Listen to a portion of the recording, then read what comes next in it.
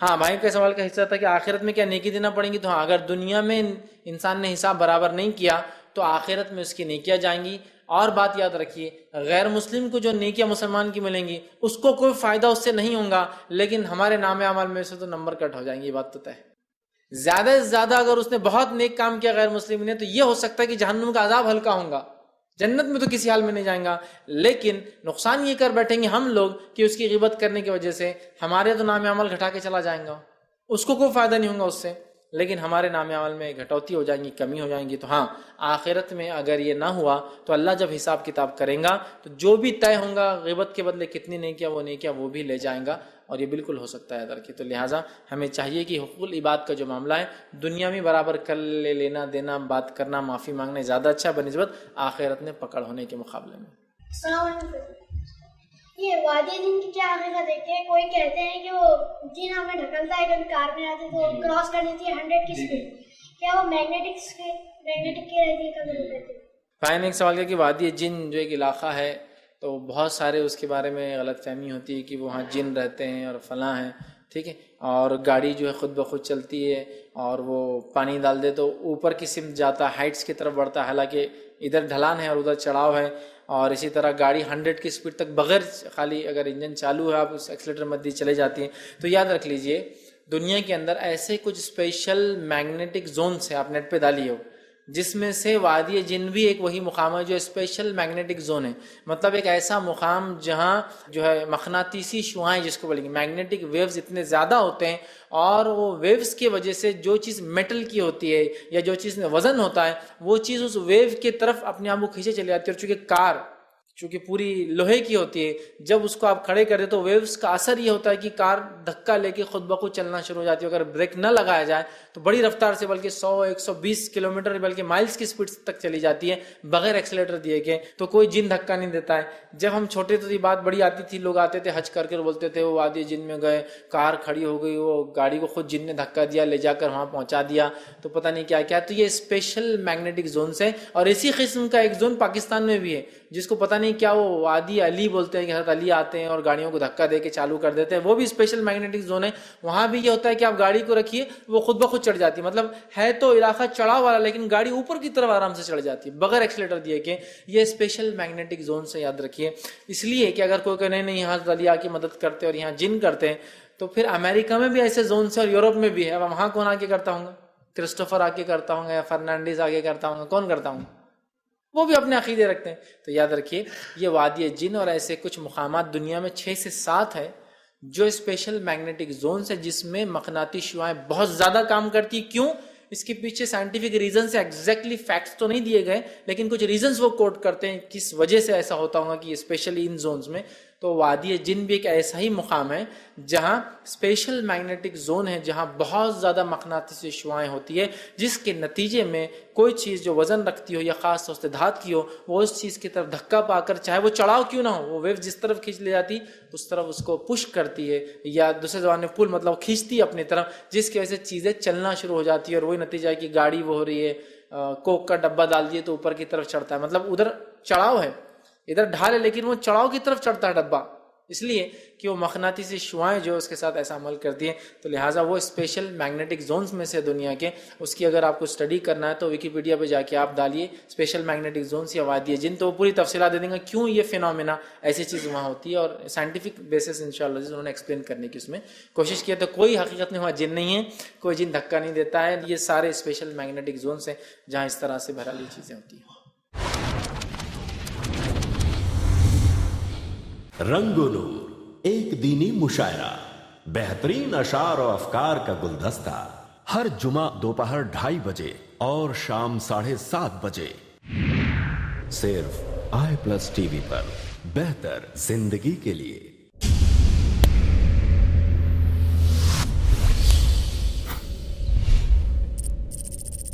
اپنے کیبل یا DTH operator سے i+ TV آج ہی ڈیمانڈ کریں. i+ TV free to air اور انڈین رجسٹرڈ چینل ہے.